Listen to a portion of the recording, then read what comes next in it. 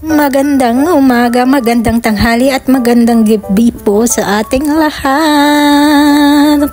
So for today's video guys, samahan ninyo akong maglinis dito sa may balcony. Kasi before no naglinis ako ng apartment sa loob lang at hindi ko nilinisan ang balcony namin. So itong balcony namin guys is maliit lang siya, hindi po siya malaki at madali lang po siyang linisan. So may kinukuha ko doon sa barbecue area po siya, no, kaso hindi pa ayos, kailangan ipaayos at may mga things doon na kailangan ng itapon. So dahil wala yung asawa ko, ako magtatapon ng basura. So ayan guys, nilalagay ko sa loob ng plastic bag at yan, sinasarado ko na siya at kailangan ng itapon. Dahil today is cleaning day of our balcony. Sinisipag ang lola ninyo guys. Minsan-minsan lang yan kada isang taon. Di naman isang taon, no? So, dahil malapit na ang Pasko, is baka pumunta yung nanay ng asawa ko dito. So, katapusan ata yun at merong party at ang gaganapin kasama ang buong pamilya. So, naglilinis na tayo ng balcony. So, ngayon guys, is dito sa balcony namin is may ano po siya, may tubig siya. May gripo po siya, kaya napakadali lang linisan kasi nandoon na yung tubig. So, nilalagyan ko siya ng water sa loob with soap guys, para mabango ang amoy. Pagkatapos niyan guys is kumuha ko ng plastic kasi doon sa ilalim ng barbecue area is may mga may mga lata, yung mga beer tsaka mga energy drink na dilata is dito ko inilalagay. Dito kasi guys sa condo namin is may place din dito kung saan pwede mong ilagay yung mga lata kasi nabibenta yung lata dito guys. So napag-isipan nila na ipunin lahat ng lata para ma-less expenses ng condo. Pero itong lata hindi ko inilabas, no, yung basura lang ang nilabas ko. So yan, nilagay ko muna doon yung mga lata at baka mababasa kasi siya kasi babasain ko yung floor. So ayan. Tapos may halaman din ako dyan guys. Nakita niyo yung maliit na paso. Hanggang ngayon buhay pa ang aking halaman. So ayan, nilalabas na po natin ang basura. So dalawang basura siya, organic and inorganic. Kasi dito sa condo kailangan mong ipag-separate ang mga basura sa tamang lalagyanan. At ayan guys, nakikita ninyo, kinuha ko na ang basura at lalabas na ako. So ayan, palabas na ang lola ninyo. Wala tayong katulong dito sa loob ng apartment guys, kaya sariling kayod, sariling sikap, sariling linis din.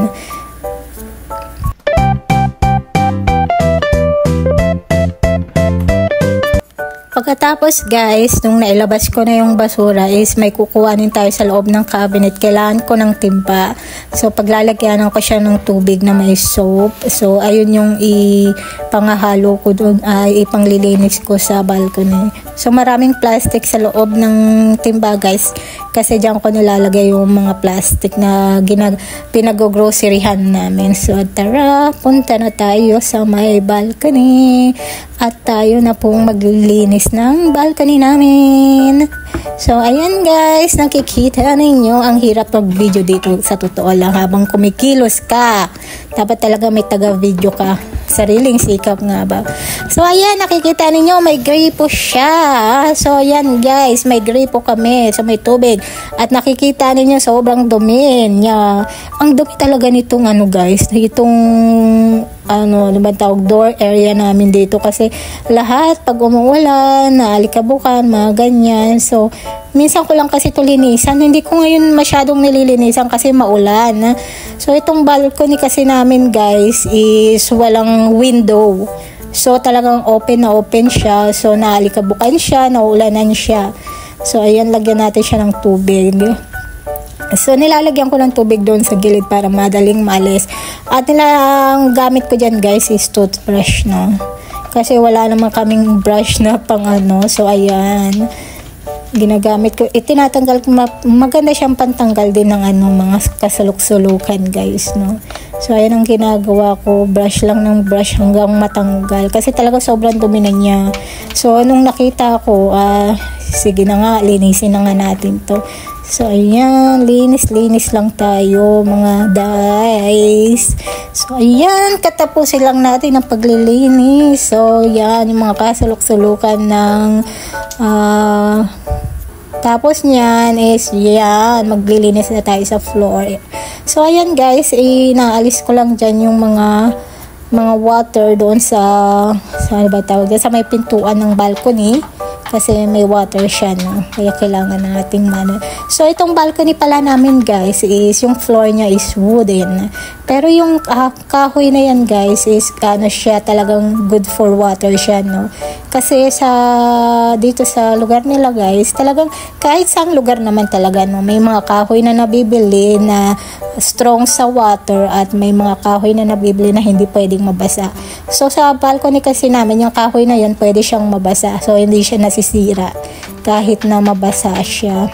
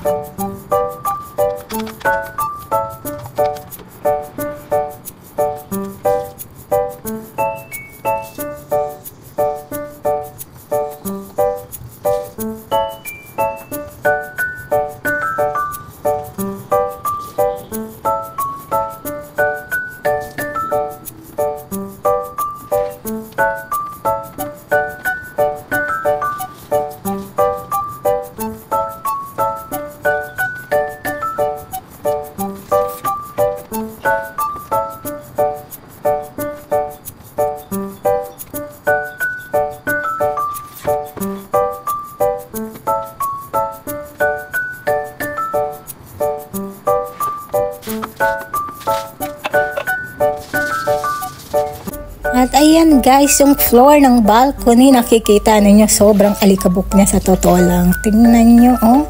Ayan na po. Kasi hindi talaga ako everyday naglilinis dyan, oh. So, nilalagyan ko lang ng tubig. Ay, ang tubig na yan, may soap yan guys. At yung soap na ginagamit ko is napakabango niya. So, ayan, may halaman din ako dyan. Dadalawa lang yung halaman namin dito sa bahay guys, no. Wala kaming masyadong halaman dito.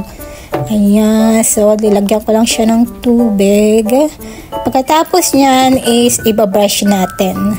Nagdala din ako ng brush sa pang floor.